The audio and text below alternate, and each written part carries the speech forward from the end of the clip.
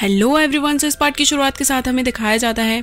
कि योंगसुआ के कन्फेशन के बाद फैंगशिंग ढंग से सो नहीं पा रही होती है और अपने भाई के अपार्टमेंट में जाके उसे भूतों की तरह डराती है, जिसके बाद ये दोनों साथ में बैठ के मूवीज देखते हैं। और यहाँ पे बातों ही बातों में फैंगशिंग अपने भाई से पूछती है कि आखिर उसे ये कैसे पता चलेगा कि उसे किसी से सच्चा प्यार हो गया है। तो यांग यहाँ पे उसे समझाता है कि उसे ये बात अपने दिल से ही पूछनी चाहिए कि क्या उस पर्टिकुलर इंसान को देखकर उसकी हार्ट बीट तेज हो जाती है, और जब वो आसपास होता है तो क्या वो उसे इग्नोर करना चाहती है पर फिर भी बार बार उसकी नजरें उसी पे जाती हैं, और वो उस इंसान से दूर भागना चाहती है पर वो उसी की तरफ अट्रैक्ट हो रही होती है। और ये सब जानने के बाद फैंगशिंग को पूरी रात अच्छे से नींद नहीं आ रही होती है और वो योंगसोंग के कन्फेशन के बारे में सोचने लगती है और उसे याद आता है कि किस तरीके से वो पहली बार योंगसोंग से यूनिवर्सिटी के बाहर मिली थी और उससे पहले ही मुलाकात में कुछ फील हुआ था, और इसलिए वो अपने भाई यांग की बात मान के योंगसुआ को अपनी कंपनी में इंटर्नशिप करने के लिए हायर कर लेती है। और तब उसे लगा था कि वो सिर्फ एक अट्रैक्शन और कुछ भी नहीं, पर अब वो इस सब के बारे में सोच के काफी कंफ्यूज्ड है। फिर हमें नेक्स्ट डे का सीन दिखाया जाता है जहाँ पे ऑफिस में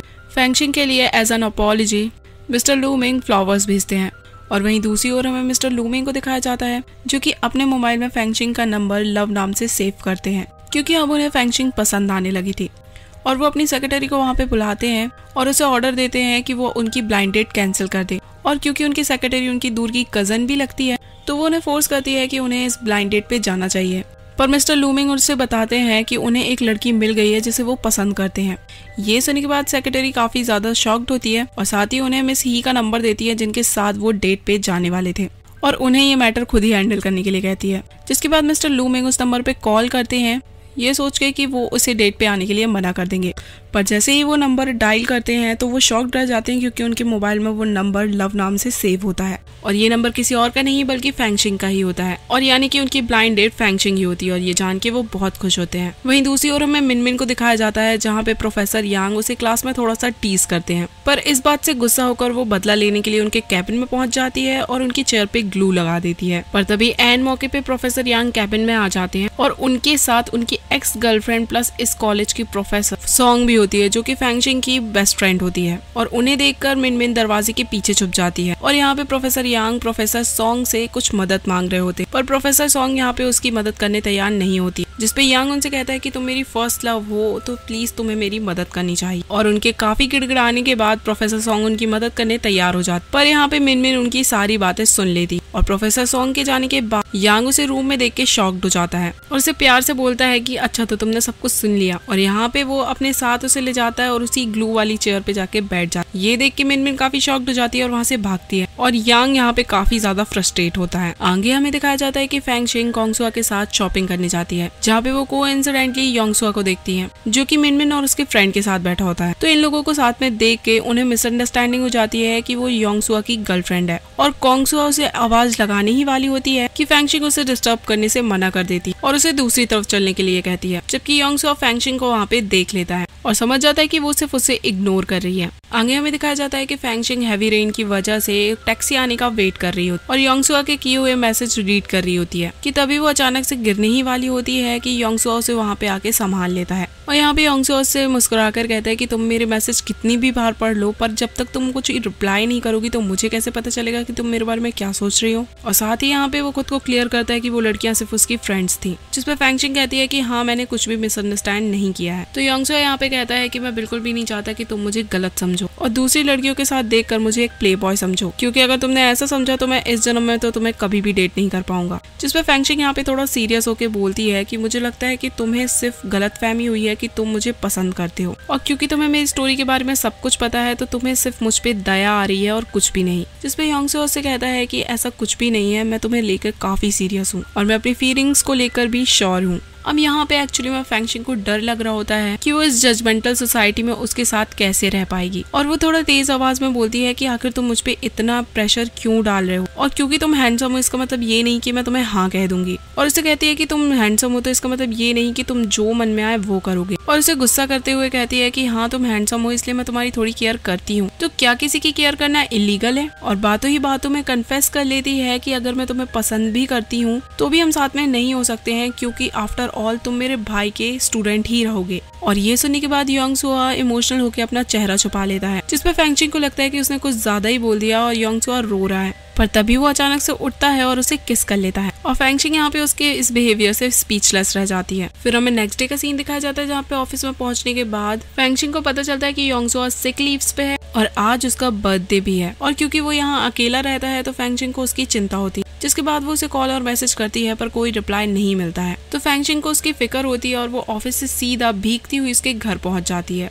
और योंगसुआ से देख के काफी शॉक्ड होता है और थोड़ा रिलैक्स्ड भी फील करता है और उसे भीगा देखकर फैंगशिंग को वो पहले चेंज करने के लिए कहता है। फिर दिखाया जाता है कि फैंगशिंग उसकी केयर करती है और पूरे दिन उसका ख्याल रखती है और जब वो जागता है तो वो उसके लिए बर्थडे केक भी लेके आती है और उसे एक विश मांगने के लिए कहती है। और ये सब देख के योंगसुआ बहुत खुश होता है और विश करता है कि फैंगशिंग उसकी गर्लफ्रेंड बनने के लिए मान जाए। ये सुन के फैंगशिंग थोड़ा नर्वस हो जाती है और उसे कहती है कि ये विश तुम अपने मन में भी मांग सकते थे। तो योंगसुआ उससे कहता है कि लेकिन तुमने ना भी तो नहीं कहा ना। और ये कहने के बाद वो उसे किस कर लेता है, जिसपे फैंगशिंग कहती है कि ये सब कुछ गलत है और उन्हें ये सब कुछ नहीं करना चाहिए। तो योंगसुआ उसे कहता है कि हम दोनों एक दूसरे को पसंद करते हैं तो इसमें कुछ भी गलत नहीं है और उसे दोबारा से किस करता है और फिर वो दोनों ही साथ में नाइट स्पेंड करते हैं। फिर हमें नेक्स्ट डे का सीन दिखा जाता है, जहाँ पे फैंगशिंग सुबह सुबह उठकर जल्दबाजी में घर वापस लौटती है पर अपार्टमेंट के बाहर ही वो अपने भाई यांग से मिलती है और उसे सारी सिचुएशन एक्सप्लेन करने लगती है कि वो योंगसुआ की देखभाल करने वहाँ रुकी थी। लेकिन यांग को इस बात से कोई फर्क ही नहीं पड़ रहा होता है और वो उसे कहता है कि ऑफ कोर्स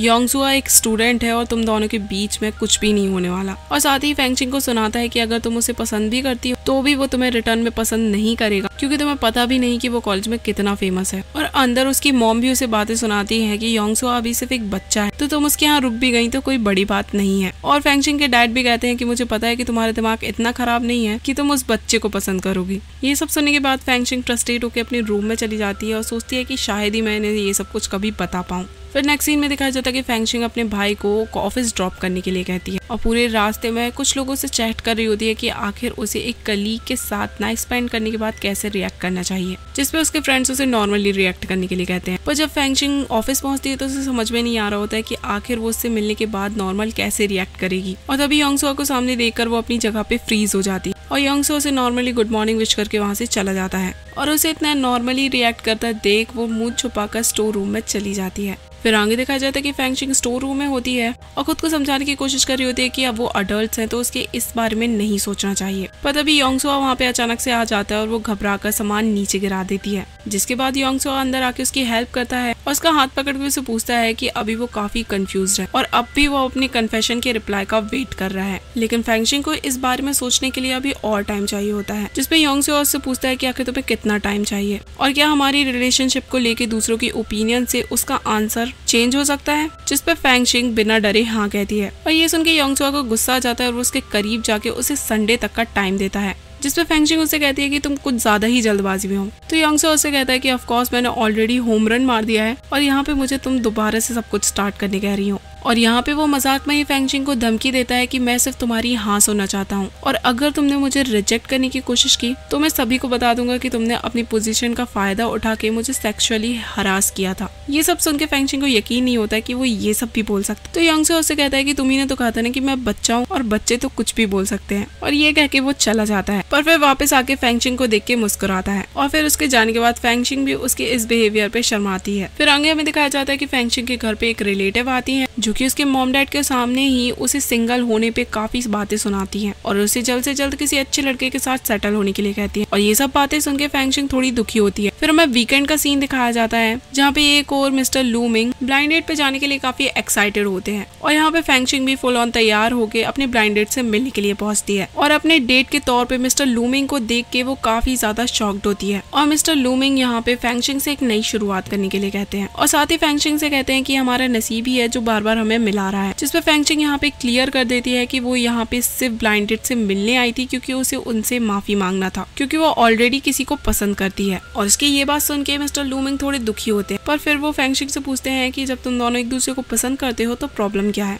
यहाँ पे फैंगशिंग अपनी प्रॉब्लम से शेयर तो करना चाहती थी लेकिन वो कर नहीं पाती है, पर उसके रिएक्शन को देख मिस्टर लूमिंग गैस कर लेते हैं कि उन दोनों के बीच में एज गैप काफी ज्यादा है और साथ ही वो लड़का उसका कोवर्कर है और इसलिए तुम्हें डर लग रहा है कि लोग क्या कहेंगे। और इसके बाद वो फैंगशिंग को समझाते हैं कि कुछ लोग ताना मारेंगे पर इससे कोई फर्क नहीं पड़ता है और उसे सजेस्ट करते हैं कि अगर तुम चाहो तो तुम इस रिलेशनशिप को उस बंदे के साथ सीक्रेट रख सकती हो। फैंगशिंग को ये चीज थोड़ी ठीक नहीं लगती है, पर वो करती भी क्या, उसके पास कोई रास्ता भी नहीं था। वहीं दूसरी ओर हमें योंगसुआ को दिखाया जाता है जो कि फैंगशिंग को मैसेज करता है कि वो ब्लाइंड डेट पे ना जाए और फैंगशिंग के रिप्लाई का वेट कर, पर फैंगशिंग का कुछ भी रिप्लाई नहीं आता है क्योंकि वो ऑलरेडी ब्लाइंड डेट पे होती है। तो ये देखकर योंगसुआ थोड़ा उदास हो जाता है। फिर हमें रात का सीन दिखाया जाता है जहाँ पे योंगसुआ मिनमिन की बर्थडे पार्टी पे आता है, लेकिन यहाँ पे भी वो ज्यादा एंजॉय नहीं कर पाता है क्योंकि उसका पूरा ध्यान अभी भी फैंगशिंग पे ही होता है और वो सोच रहा होता है कि आखिर वो उसे कब रिप्लाई करेगी। तभी उसका फ्रेंड आके उसे वार्न करता है कि मिनमिन आज उसे प्रपोज करने वाली है और एग्जैक्टली ऐसा ही होता है। बर्थडे केक कट करने से पहले मिनमिन अपनी फीलिंग्स योंगसुआ को बताती है कि वो उसको बहुत पसंद करती है और उसकी गर्लफ्रेंड बनना चाहती है, पर योंगसुआ यहाँ पे काफी पोलाइटली उसे समझाता है और उसे बताता है कि वो ऑलरेडी किसी को पसंद करता है और वो भी उसके आंसर का ही वेट कर रहा है। और ये सुनने के बाद मिनमिन उसे आगे कुछ कहने से मना कर देती है और स्ट्रॉन्ग बन के कहती है कि वो पूरी कोशिश करेगी अपने आप को संभालने की और कहती है कि वो उसका वेट करेगी जब तक वो उसे लाइक नहीं करने लगता या तो फिर वो किसी और को लाइक नहीं करने लगती तब तक। पर पार्टी ओवर होने के बाद जब वो घर वापस जा रही होती है तो मिनमिन बुरी तरीके से रो रही होती है और इसी के साथ ये पार्ट यहीं पे एंड होता है। See you guys in the next part.